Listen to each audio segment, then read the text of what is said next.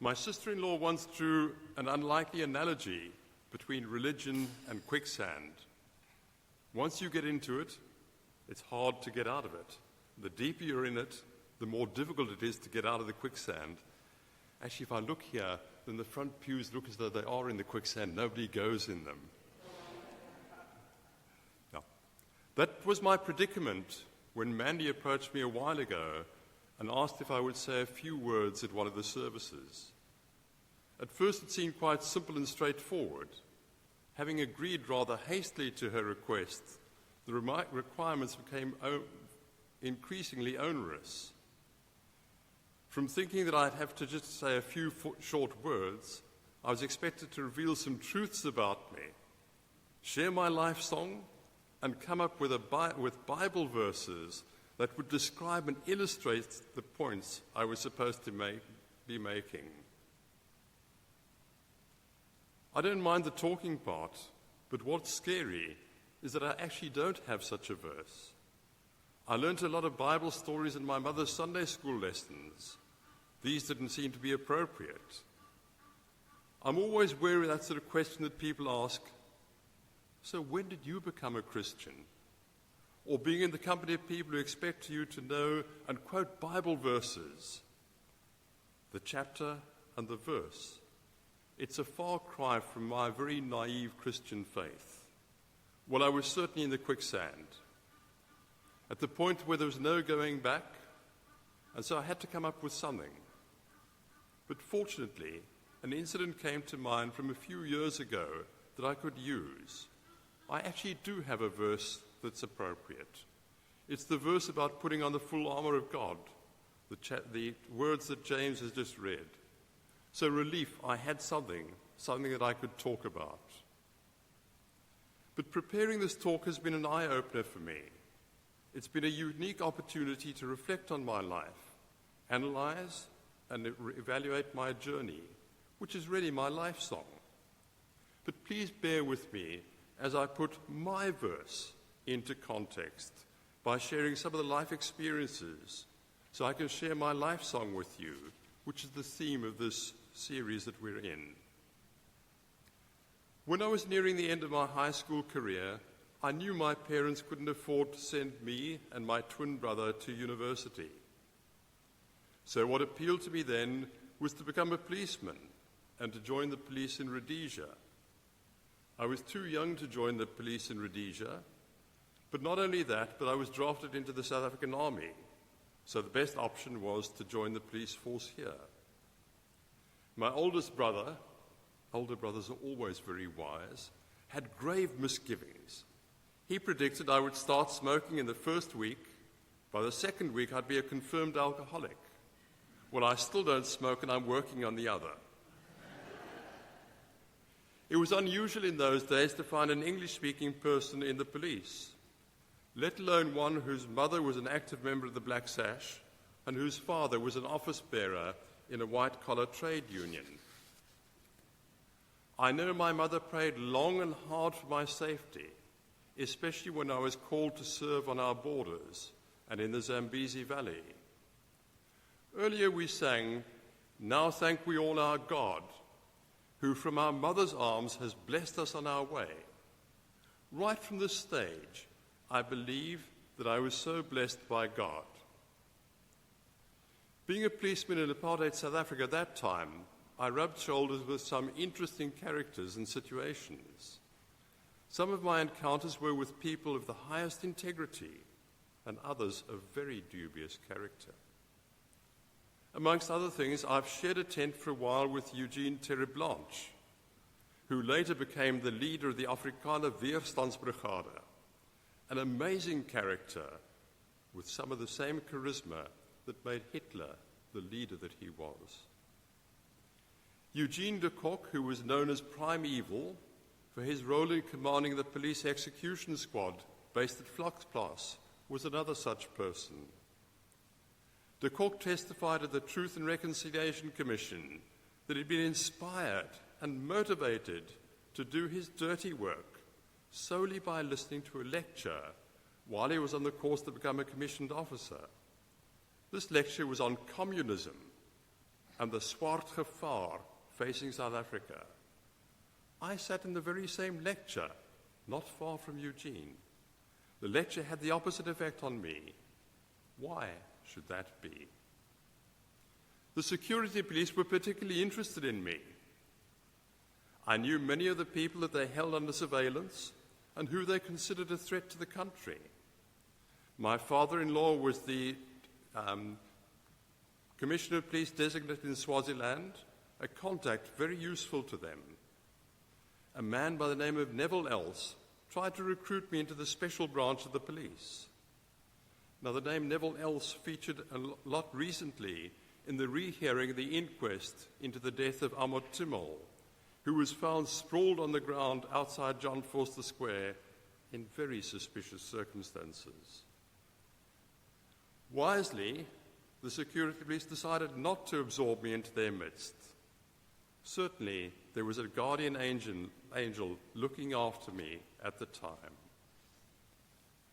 I was also spared from and saved from the humility and unpleasantness of a raid by the special branch. Along with a group of friends, I regularly attended gatherings at the Wilgespreid Fellowship Center near Roodepoort. These gatherings were attended by a diverse group of people and headed by those whom the government of the day regarded as subversive. At the time in apartheid South Africa, associating with people of another color was deemed to be undesirable, let alone by a member of their own police force. On one such occasion, we got word one morning that the previous evening, the security police had got stuck in the mud on the way to raiding Wilgespreid. Once again, this was confirmation that the hand of God was over me. What is it that set me apart from these other people? There are two lines from that hymn, Now Thank We All Our God, that are really appropriate to mention here. And keep us in his grace, and guide us when perplexed, and guard us through all ills in this world. Whatever God's plan for me, he certainly guarded and guided my journey through life and has provided opportunities to influence many people of different persuasions. This is indeed a huge privilege. In 2000, I was diagnosed with prostate cancer. Ordinarily, if the disease is caught early, the cure is quite straightforward and effective. Radical surgery is called for. In a small number of cases, mine included, a portion of the tumor remains. For the next 7 years, I went backwards and forwards from the oncologist to the urologist, and neither of them knew what to do with me. They'd even talk about, we've been to a conference and we've discussed guys like you, we don't have the answer. Eventually it got to the point where I had to go for radiation. Now, radiation is scary because they fry your insides and it's irreversible. And it was quite a scary lead up to that.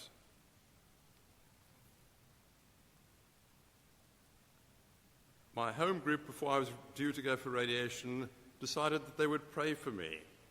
One of the members of the group, whom you all know, Bruce Woolley, suggested that it would be a good idea to lay hands on the affected part. And I graciously declined that.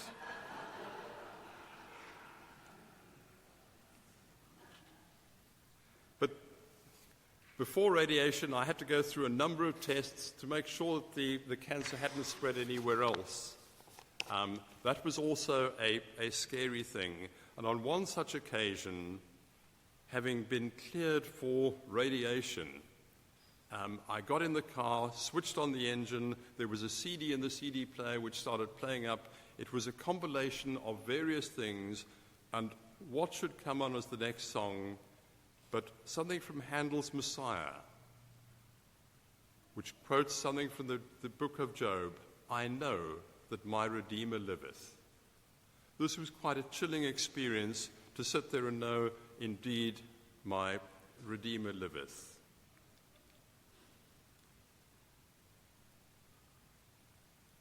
Whilst the home group was praying for me, a verse came to mind, and that's the verse that James has just read, of having the full armor of God on. And I had this picture of putting on the full armor as I went into the radiation room, because that's also scary. They put you in this room and they go and hide somewhere else. And that this full armor of God had 4 little holes in it through which they would beam the radiation. That I would come out of that with only these 4 little holes where they'd beamed the radiation. It was very comforting to know that I had that armor on. Every day over the 6 or 7 week period that the radiation lasted, the people administering would come to me in the morning and say, "How are you doing?" And they were amazed that there was no burning of the skin, I had no diarrhea, no side effects whatever. In fact, I did so well that the oncologist decided to give me a few extra blasts, which they don't normally do. And it's amazing of having had that armor on, of just what it did for me. When I reflect on a number of the past experiences, there have been many times, though, that I've not put on that armor. God has done this on my behalf, and that is the wonderful thing about our God. There are too many incidents for these to have been a pure coincidence.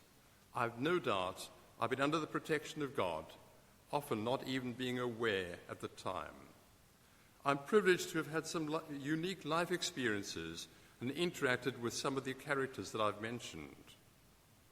It's not a coincidence that when I was wheeled into this theatre for surgery, one of Sue's friends, Sue, my wife's friends, was the theatre sister on duty. And you all know Janice, who's often welcomes you at the door and serves up here. Janice was there as guardian angel, placed there at the time by whom?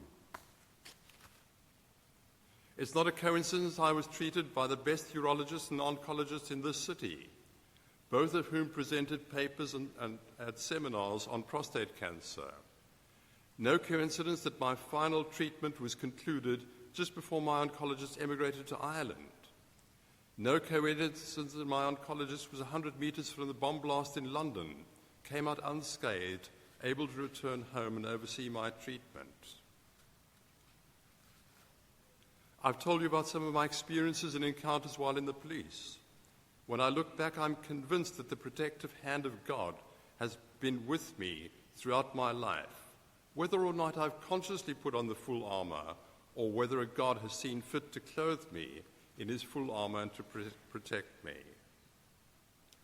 All the available evidence points to me being protected by God throughout my life. I've no doubt that his protection will continue. The remarkable thing is that most times I haven't even asked for this protection. God has sort of stepped up to the plate whenever he has needed it, and in his own way has provided it. Yes, indeed, my Redeemer liveth, and I do have on the full armor of God. And further on in that verse, so you can take your stand against the devil's schemes. It's amazing of how that all fits together. We're going to sing another hymn later. God is our strength and refuge, our present help in trouble, and we will therefore not fear. God, the Lord of hosts, is with us evermore. That's based on Psalm 46. These words could be my real life song.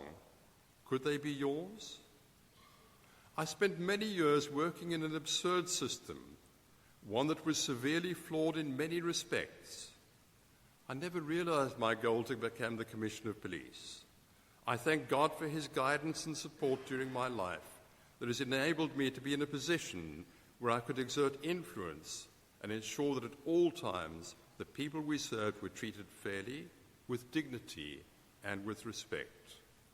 I pray that my influence did not cease when I was removed from these situations, but has left a legacy, perhaps small, perhaps bigger than I could imagine, but has helped to make for a better world.